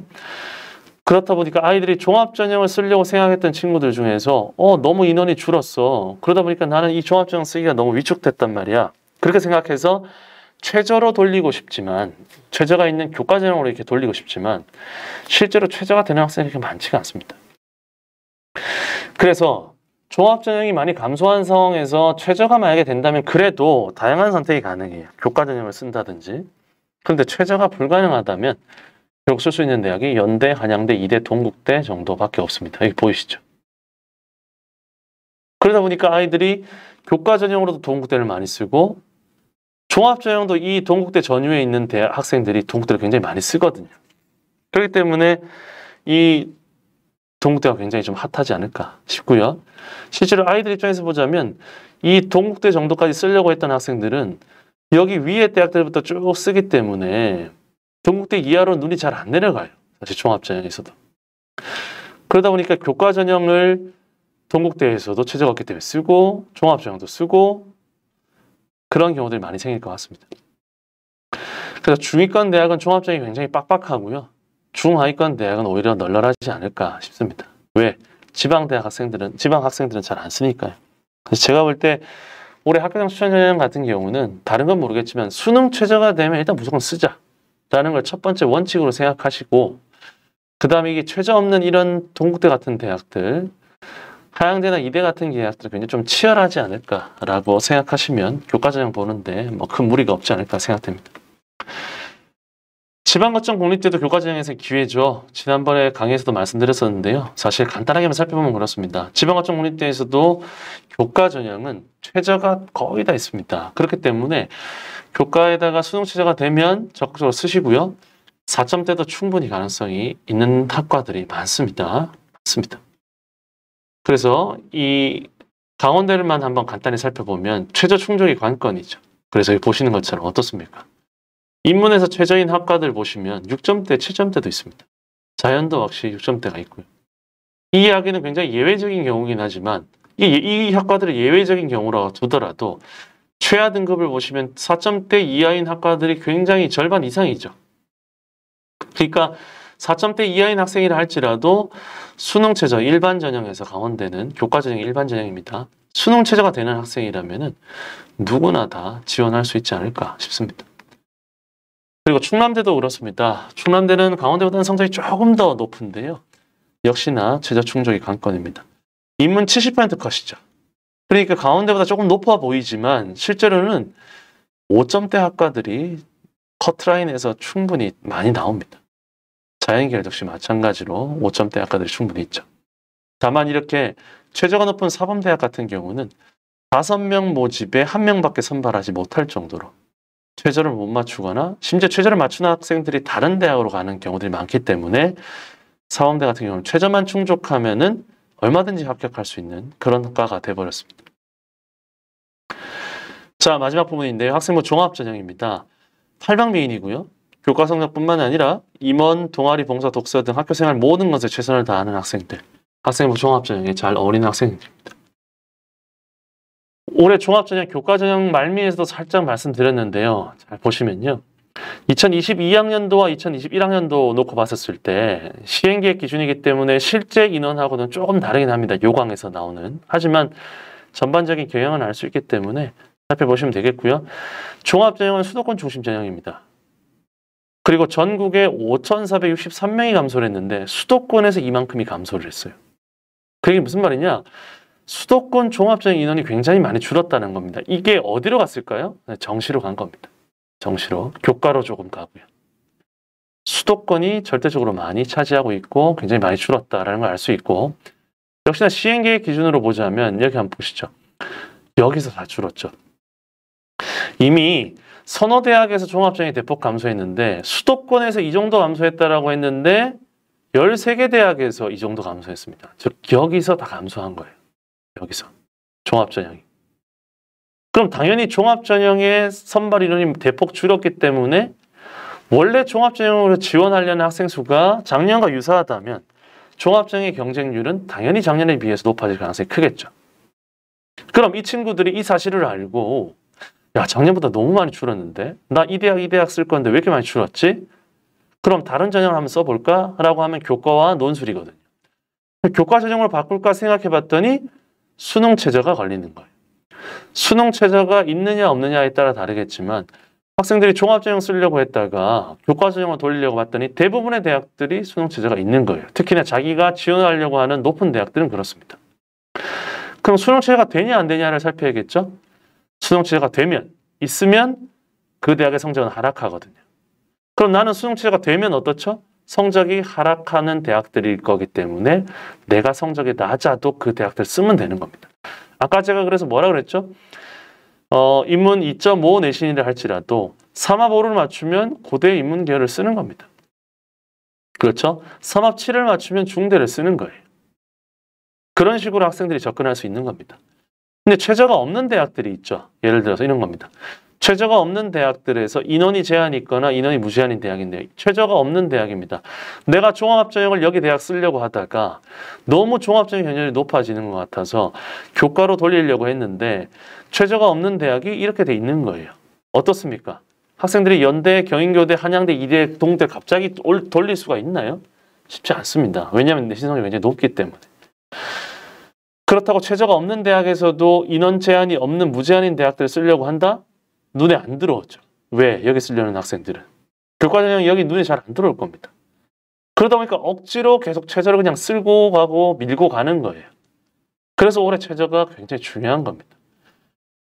제가 볼 땐 그래서 이런 이야기를 들은 학생들조차도 종합전형을 벗어나기 힘들 가능성이 크고요. 실제로 이런 이야기를 듣지 않은 학생들은 그냥 작년처럼 그냥 종합전형 여기 쓰는 겁니다. 그래서 제가 볼 때 올해 여기 이 전후의 대학들, 세종대를 포함합니다. 여기 있는 이 대학들의 종합전형 경쟁률이 좀 많이 높아지지 않을까 싶습니다. 높아지기 때문에 학생들 입장에서는 더욱더 차별화된 뭔가가 필요하다라는 거 말씀드리고 싶습니다. 실제로 주요 대학 특징들을 이렇게 살펴보면 그렇습니다. 경희대 네오르네상스, 두개학 5, 한국사 5등급, 탐구는 한 과목만 반영하는데요. 수능체제를 신설했습니다. 수능체제를 사실 신설했다라는 거는 성적이 조금 떨어질 가능성이 있다라는 거거든요. 근데 아까도 보여드렸던 것처럼 경희대 역시 아까 모집 인원이 전부 다 감소된 그 한가운데 있는 대학 중에 하나입니다. 그렇기 때문에 최저가 신설했기 때문에 성적이 떨어질 가능성이 있지만 역시나 경쟁률 측면에서 보자면 좀 올라갈 가능성이 있기 때문에 작년과 유사한 수준은 충분히 보이지 않을까 싶고요. 여기 학업 수형이라든지 계열 적합형이라든지 이렇게 등등 쭉 이렇게 있습니다. 당연히 요강들 살피셔서 보셔야 되고요. 핵심적인 내용들 몇 가지만 짚어주고 넘어가겠습니다. 최하 그래도 2점대 중후반까지 정도는 돼야 되지 않을까 싶고요. 그리고 면접 인원이 3배수에서 4배수로 확대했습니다. 그리고 면접 시간은 축소됐죠. 대단한 의미가 아니고요. 3배수에서 4배수로 늘다 보니까 면접은 8분 정도로 줄이면 대충 맞겠죠.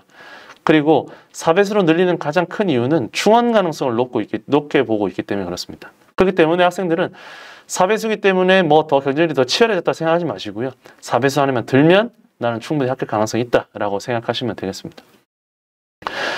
고대는 학추를 통해서 교과 전형을 통해서 선발하고요.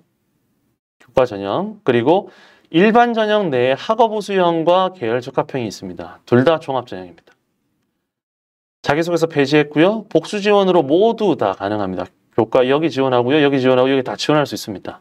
근데 문제는 이 가려서 뽑겠다는 의지를 고대가 제가 볼 때는 선언한 것 같습니다. 왜냐?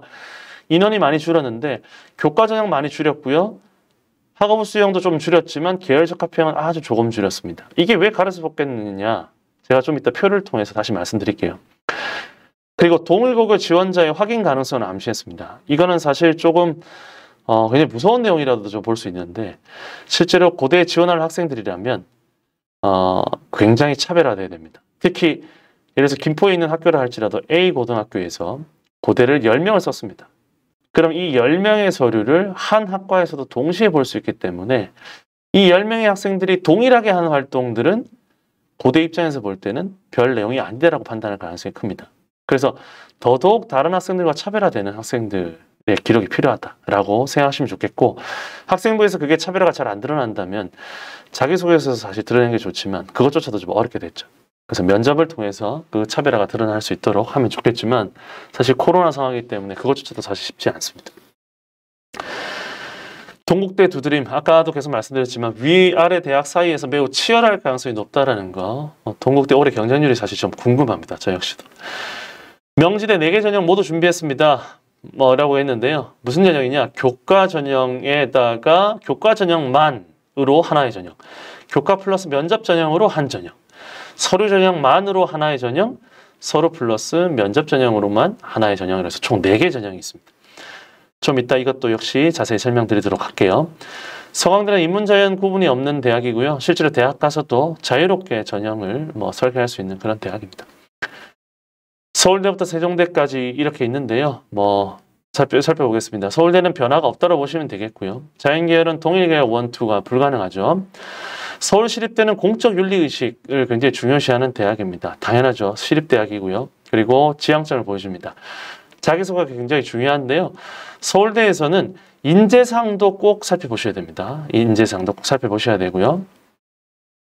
서울여대는 이제 발험 인재 전형이 있고 플러스 인재 전형이 있는데 이 발험 인재 전형은 균형 잡힌 인재를 중시하고요. 플러스 인재는 특정 분야에 조금 더 뛰어난 학생들을 좋아합니다. 둘 다 수능 후 면접이고 실제로 이 서울여대 전형과 유사한 전형이 예를 들어서 성신여대 같은 경우도 보면 학교생활 우수자, 학업 역량이 좀 뛰어난 아이들은 발음과 좀 연결이 될 가능성이 크고요. 자기주도 학생은 플러스와 좀 연결될 가능성이 큽니다. 그리고 중앙대 역시도 다빈치 인재 전형은 균형 인재라 볼 수 있겠고요. 다빈치 인재 전형이요. 그 다음에 탐구형 인재는 이 플러스 인재하고 매치가 된다 볼 수 있습니다. 이렇게 종합 전형을 2개 이상 실시하는 대학들은 그 대학 전형마다 그 특징이 좀 있습니다. 그렇기 때문에 그 전형의 특징이 뭔지 좀 살펴서 학생이 어디가 더 유리한지를 보면 좋겠고요. 성대는 학과 모집과 계열 모집이 있는데 사실 이 두 계열 모집 모두 우리 일반고 학생들 입장에서 보자면 김포 지역 학생들 입장에서 보자면 중요한 건 학업 역량입니다. 내가 얼마나 이 학과와 관련된 학업 역량이 뛰어난가를 보여주는 것이 관건이라고 생각됩니다. 이런 정보들을 어디서 얻느냐? 결국은 수시 요강이 기본이 되겠고요. 그 다음에 학생부 종합전형 안내 책자에 보시면 평가 방법이라든지 평가 요소 이 등등을 굉장히 자세하게 요즘 잘 제공하고 있습니다. 그리고 입시 결과도 대부분의 대학들이 잘 나타내고 있는데요. 뭐 서강대, 연대라든지 서강대, 성대 이런 대학들 정도만 입시 결과 잘 안 보여주고 있는데 선생님들도 굉장히 요구를 많이 하고 있습니다. 부모님들이나 학생들도 대학에 전화해서 한마디씩 해주세요. 입시 결과 좀 제대로 좀 공개를 하라고.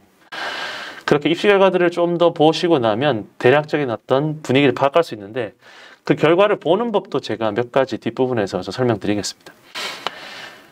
학생부 종합전형에 있어서도 최저가 있는 대학은 최저가 관건입니다. 특히 인문전형은 그렇습니다.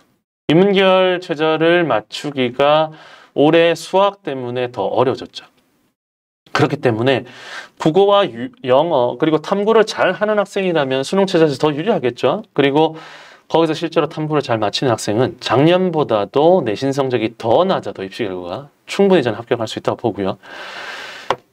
그렇기 때문에 더더욱 최저가 없는 대학은 교과전형뿐만 아니라 종합전형에서도 더 치열할 것 같습니다.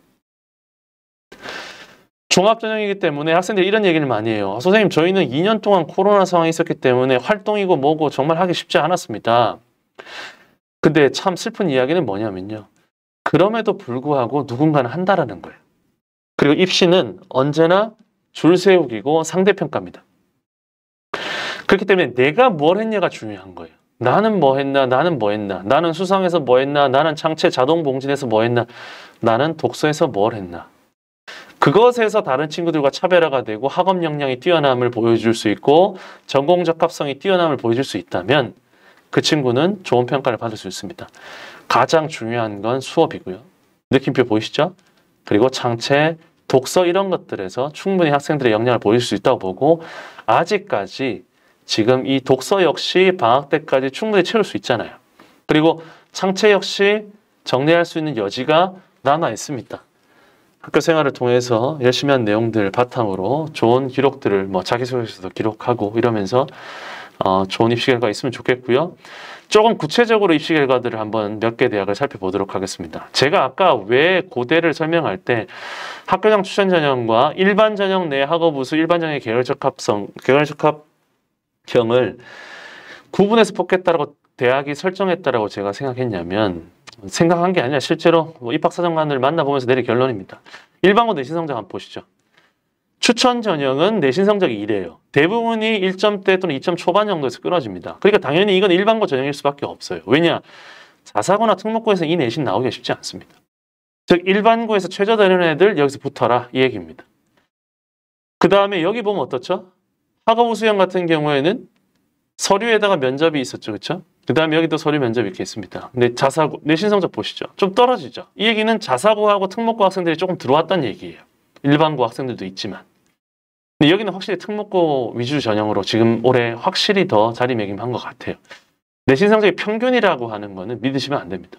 일반고는 1점대일 거고 당연히. 특목고나 자사고 학생들 중에 당연히 3점대, 4점대 이런 친구도 있을 겁니다. 그게 뭐냐? 학교장 추천 전형의 내신 성적을 살펴보면 이건 고대에서 제공한 결과입니다. 그냥 그대로 제가 캡처해 온 거예요.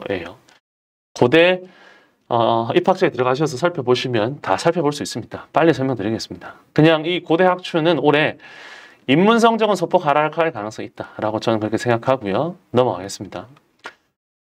학업 우수형은 올해 이제 배수 자체가 5배수로 늘어났다는 6배수로 늘어났다는 거 정도만 보시면 될 텐데 여기 이런 성적이나 이런 것들 디테일한 부분들은 꼭 한번 지원할 학생들 살펴보시면 될 텐데 저는 이것만 보여드리면 된다고 봐요. 일반고가 이 정도 지원했는데 합격자가 이 정도 됐다는 얘기죠. 외고 국제고와 자사고가 훨씬 더 약진을 했다. 물론 작년에는 이제 최저가 높았기 때문에 그렇죠. 이거 다음을 한번 보겠습니다. 계열적 합평을 절대 속지 마십시오. 최저가 없거든요. 최저가 없기 때문에 학생들 중에 와 여기 뭐 써도 되겠지. 나 활동 우수하니까 라고 쓰는 학생들이 있습니다. 여기 보시면 어떻습니까? 외고 국제고와 과거 영재고 자사고까지 일반고 학생들도 이렇게 쓰죠. 근데 어떻습니까? 합격한 학생들. 과거 영재고 외고 국제고 자사고 보이시죠?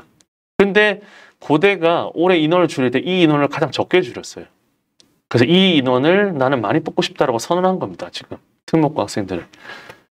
그래서 계열적 합평을 지원할 때는 일반고 학생들은 굉장히 신중하게 지원해야 함을 말씀드리고 싶습니다. 한양대입니다. 한양대 입시 결과 굉장히 자세하게 공개하는 편이고요. 교과전형과 종합전형을 같이 놓고 한번 보겠습니다. 어떻습니까? 여기 교과전형 굉장히 성적이 높다는 건 당연히 아실 거고요. 종합전형은 이렇게 상대적으로 좀 성적이 낮습니다. 근데 제가 왜 편하게 지원이라고 말씀드렸냐면 보통 최상위권 학생들이 스카이 서성한 이렇게 쓸 때 그 대학들 쓰고 난 굳이 뭐 쓸 필요가 없지만 하나 쓰겠다라고 싶은 친구들은 이 전형 쓰면 됩니다. 그리 많지는 않겠죠. 경희대 입시 결과를 잘 보셔야 됩니다. 그리고 이걸 해석하는 방법을 제가 말씀드릴 테니까 꼭 한번 생각해 보셨으면 좋겠습니다. 여기 보시면 뭐가 보이시나요? 합격과 불합격의 이 분포표를 전부 다 자세하게 경희대가 잘 보여주었는데요. 어디가 우리 아이들이 지원할 수 있는 대학인가요? 지역권인가요? 여기입니다. 보통의 일반고 학생들은 1점대 한 중반 후반부터 2점대 한 중후반까지가 합격이라고 보시면 돼요. 뭔가 밀집돼 있죠. 굉장히. 이거 이해되시나요? 그런데 제가 다시 한번 돌려보겠습니다. 여기 이렇게 가끔씩 밀집되는 거 보이시나요? 주로 어떤 학과죠? 영문, 통번역, 프랑스, 스페인, 러시아, 중문, 일문 어떻습니까? 여기 보니까 외고 학생들이라는 거 알 수 있겠죠. 국제고 학생들. 그러니까 여기 나와 있는 이 표를 볼 때 여기도 많이 붙었네 라고 볼 때 이걸 일반고 학생들이라고 생각하시면 안 된다는 겁니다. 여기가 일반고 학생들이죠. 오히려 합격자가 적죠. 여기 이렇게 보시면 되겠고 외고 국제고 여기 또 아래를 보면 어떻죠? 다시 또 많아지죠. 집중도가. 여기 또 어떻습니까? 국제학과. 외고 국제고 아이들이겠죠. 이걸 이렇게 파악하실 수 있어야 됩니다. 여기 역시 자연계열 쪽도 마찬가지예요. 일반고 학생들은 아 여기구나 라고 보셔야 되는 거예요. 근데 여기 어떻죠?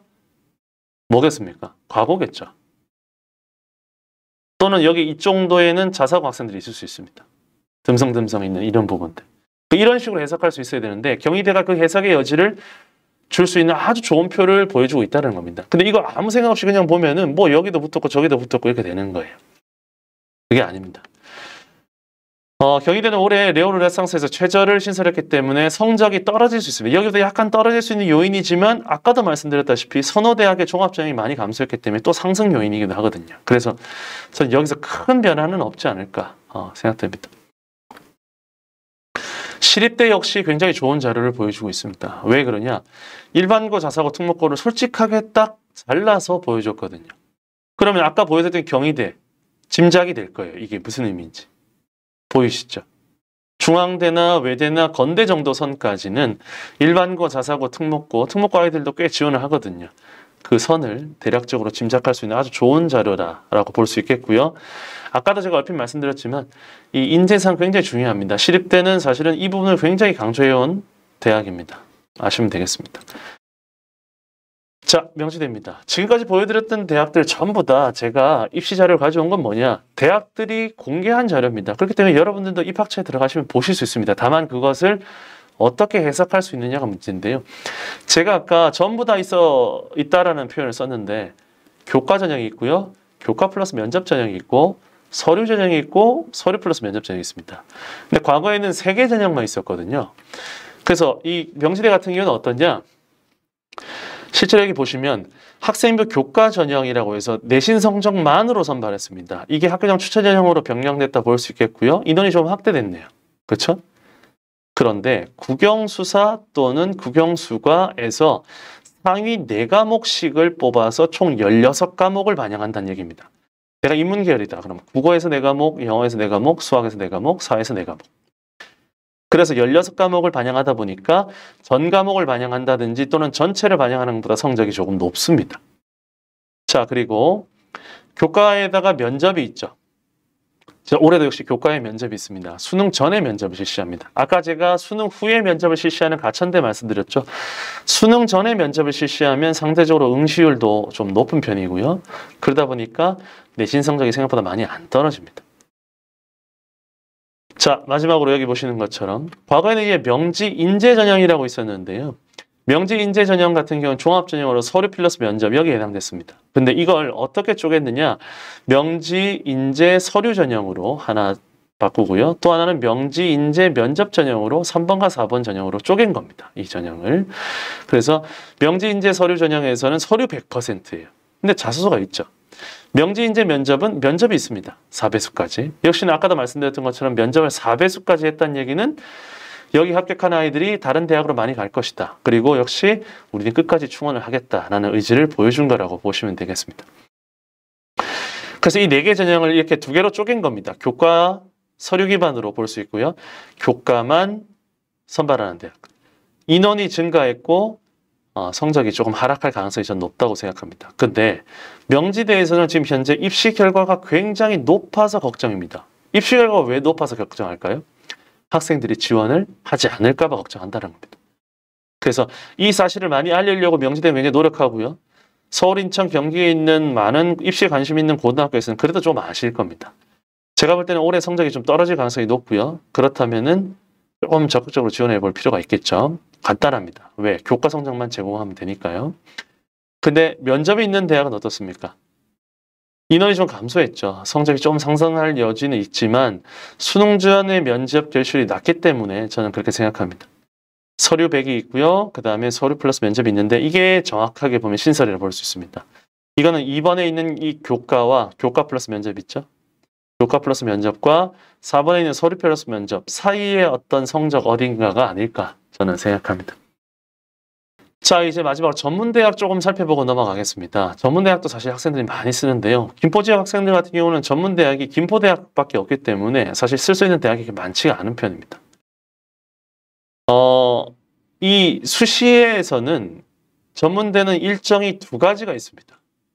근데 이걸 잘 보셔야 돼요. 10월 4일까지가 1차거든요. 그게 무슨 말이냐? 일반 대학 원서 접수가 9월 14일 날 다 끝나고 나서 심지어 추석이 지나고 나서도 원서 접수를 할 수 있다는 얘기입니다. 그래서 전문대는 생각하지 않고 있다가도 추석 이후에 고민해도 되는 거예요. 하지만 전문대를 쓰려고 했던 친구라면 1차가 성적이 조금 더 낮은 편이고 더 많이 선발하기 때문에 1차에 적극적으로 지원하는 게 맞습니다. 근데 수시는 전문대는 수시가 2차라는 것도 있는데요. 이게 굉장히 재밌습니다. 이 2차 전형은 수능이 끝난 그 주 다음 주 월요일까지도 접수를 할 수 있습니다. 그러니까 이 얘기는 무슨 말일까요?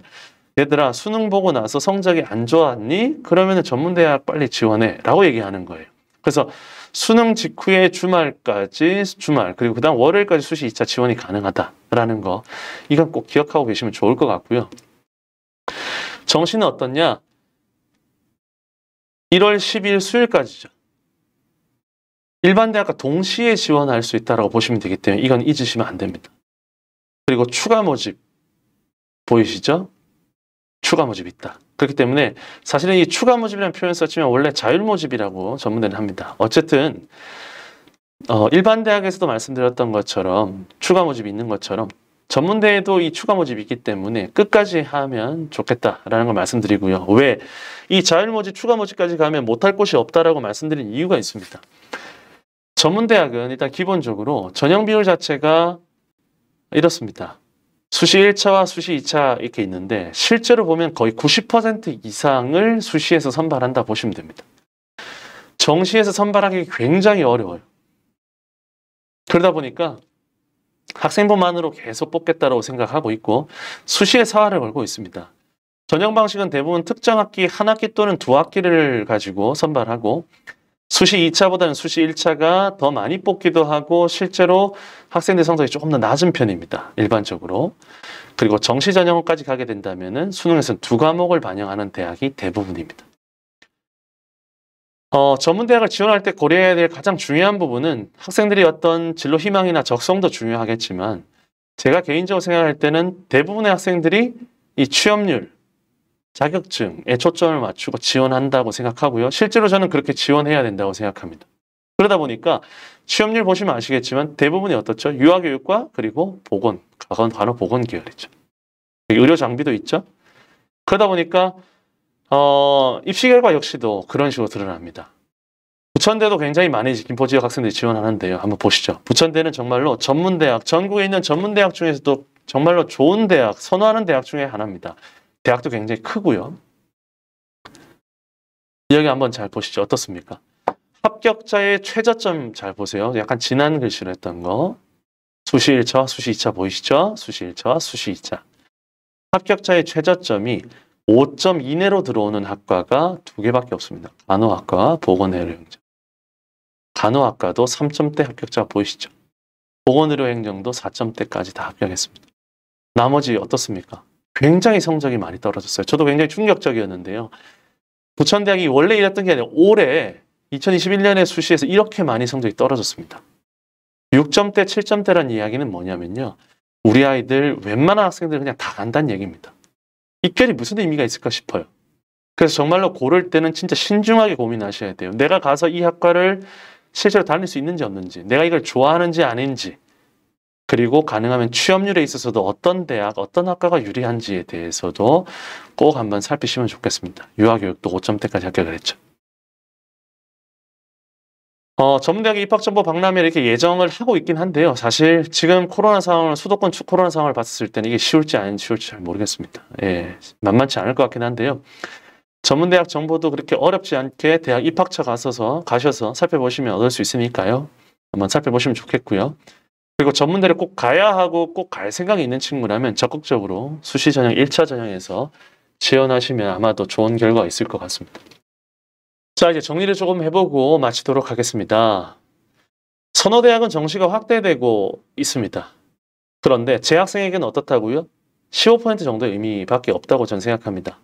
수시는 교과 전형에 있어서 선발 비율이 좀 늘어나고 종합이 좀 하락했죠. 그리고 논술이 약간 축소한 정도라 보시면 되겠고 3개 대학이 신설됐습니다.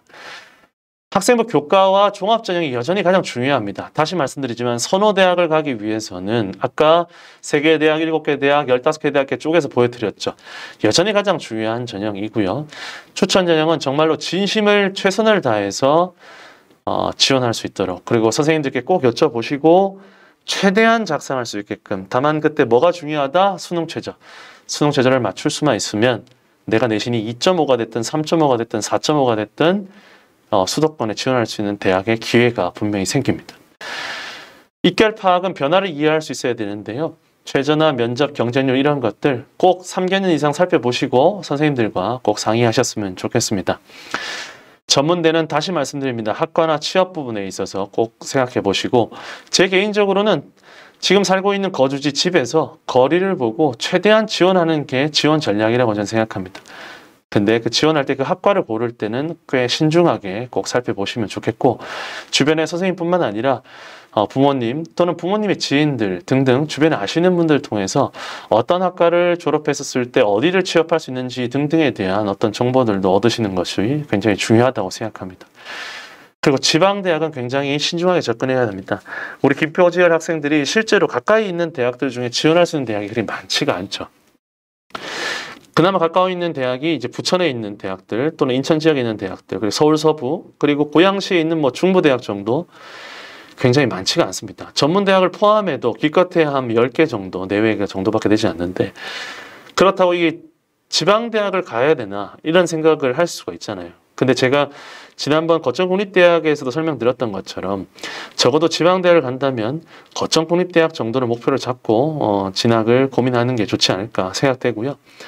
그런 의미에서 끝까지 계속 포기하지 않고 수능 2과목을 절대로 잊어서는 안 됩니다. 끝까지 하셔야 됩니다. 그리고 끝까지 할 때 탐구 과목 한 과목을 포함시키는 게 학생들의 성적을 얻는 데 유리하고요. 그리고 이게 탐구 과목을 공부를 할 때도 두 과목을 다 공부하는 게 아니라 이렇게 공부하는 게 훨씬 더 유리하다는 겁니다.